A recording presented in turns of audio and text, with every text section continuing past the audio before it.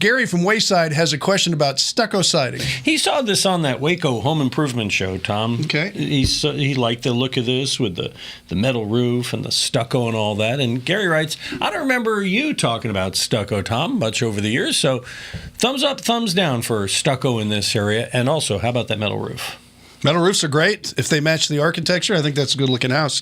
As far as the stucco goes, as long as it's a traditional stucco put on properly and not one of the EFA systems, which is a neo-stucco or a stucco look-alike with the foam on there. I've done a lot of homes personally myself for people, but it was always traditional stucco. Now the difference is with the traditional stucco, is it... There's a plywood sheathing put on. Then you have a stucco backing, actually...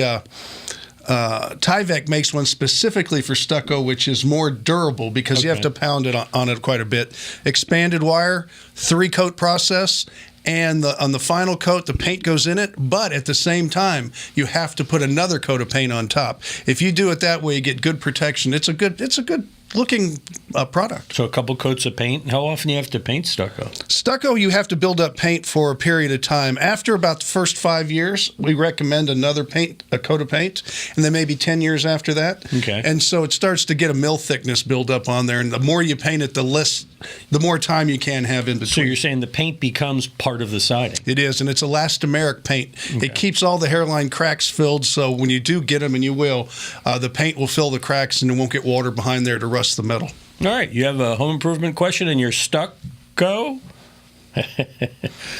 Send us your questions to HomeShowRadio.com. We'll answer them. Check our videos over here. And, of course, subscribe to our channel, please.